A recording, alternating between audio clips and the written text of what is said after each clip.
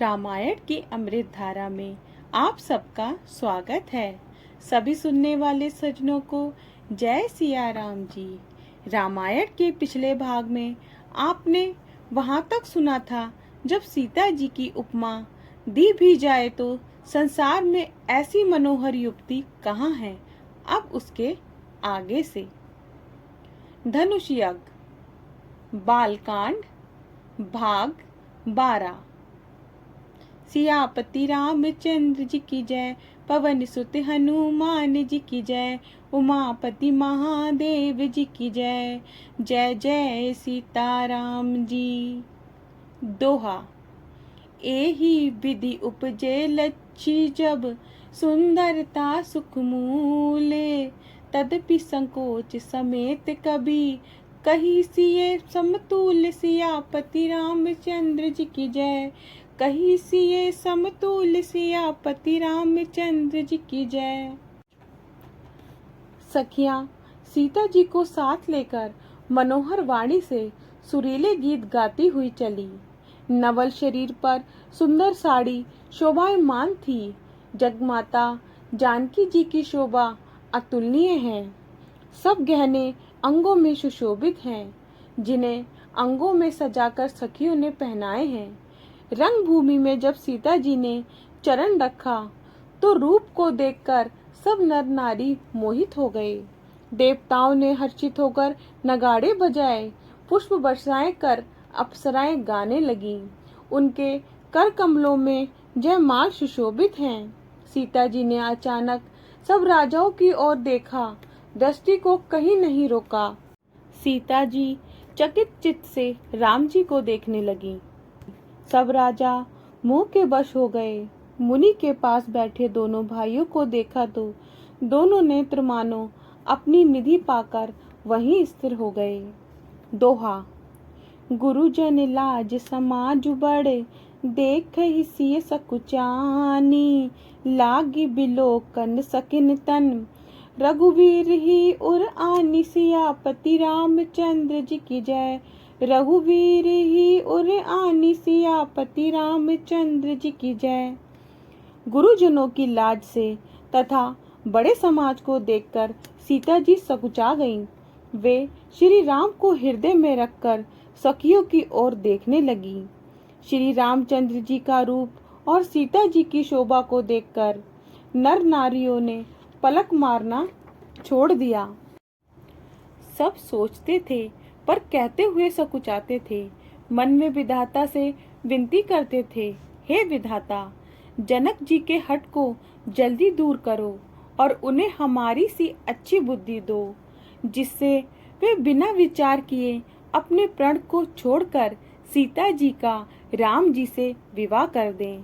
संसार उन्हें भला कहेगा, क्योंकि यह सबको भला ही लगेगा। हट करने से अंत में हृदय में दुख होगा। इसी लालसा में सब लोग मग्न थे कि सांवला वर ही जानकी जी के योग्य है। तब जनक जी ने बंदी जनों को बुलवाया। वे पूर्वजों का यश बखानते हुए चले आए। राजा ने कहा, जाकर हमारा प्रण सबको कहो। भाट हृदय में प्रसन्न होते हुए चले। दोहा।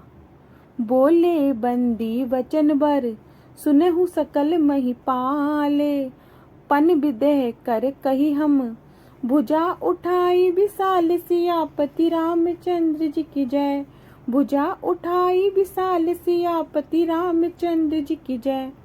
भाट सुंदर वचन बोले, हे राजा लोगों सुनो, जनक जी का प्रण हम ऊंची भुजा उठाकर कहते हैं। यह भारी और कठोर है, सो सबको मालूम है। बड़े भारी योद्धा रावण और बाणासुर भी धनुष को देखकर चुपचाप लौट गए। उसी कठोर शिव धनुष को इस राज समाज में आज जो तोड़ेगा, उसे ही तीनों लोकों की विजय समेत सीता जी बिना विचारे ही हट से वारेंगी। प्रण सुनकर सब राजा ललचा उठे। जो अभिमानी राजा थे वे क्रोधित हुए, कमर बांध घबरा कर उठे और अपने अपने इष्ट देवों को सिर निवाकर चले। तमक कर शिव धनुष को देखते, पकड़ते और करोड़ों भांति से बल करते तो भी धनुष नहीं उठता। जिन राजाओं के मन में कुछ ज्ञान है वे धनुष के पास ही नहीं गए। मूर्ख राजा झुंझलाकर धनुष को पकड़ते हैं, जब नहीं उठता तो लजाकर चल देते हैं। मानो वीरों की भुजाओं का बल पाकर धनुष अधिक भारी हो रहा है।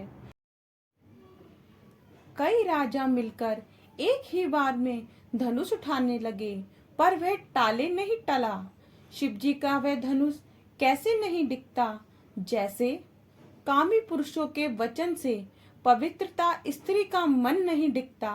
सब राजा हंसी के योग हो गए, जैसे बिना वैराग्य के सन्यासी हंसने योग्य हो जाता है।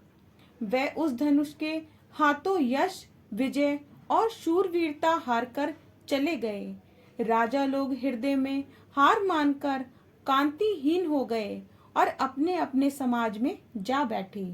उन राजाओं को असफल देखकर जनक जी घबराए और ऐसे वचन बोले मानो क्रोध से भरे हैं। मैंने जो प्रण किया है उसे सुनकर दीप दीप के अनेकों राजा आए हैं। देवता और दानव भी मनुष्य शरीर धारण करके आए हैं तथा बहुत से रणधीर वीर भी आए हैं। दोहा।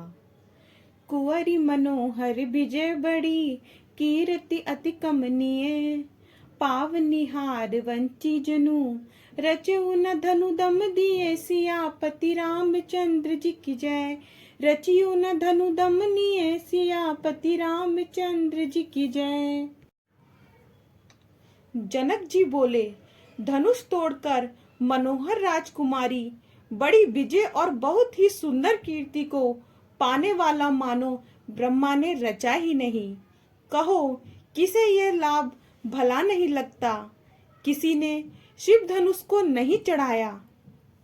अरे भाई, चढ़ाना तोड़ना तो अलग रहा, तिल भर भूमि भी नहीं छुड़ा सका। अब कोई अपने आप को योद्धा मानकर क्रोध ना करे।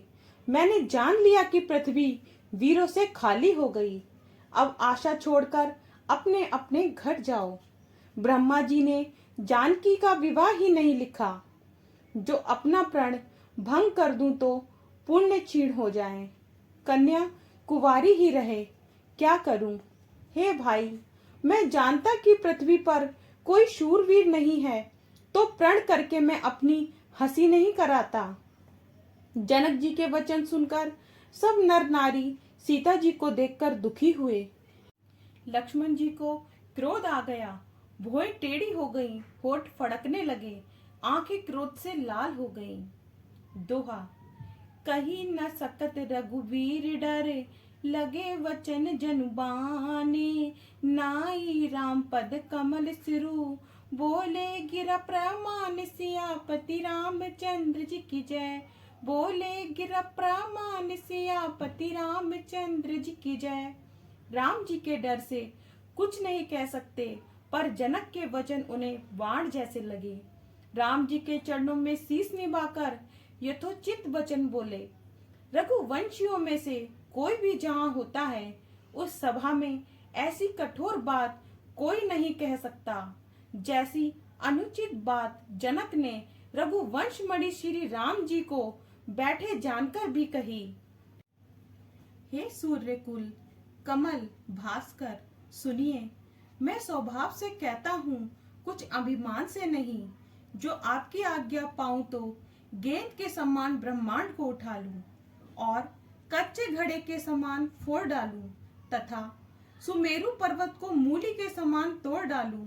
हे भगवान, आपके प्रताप की महिमा से यह बेचारा पुराना धनुष तो क्या वस्तु है।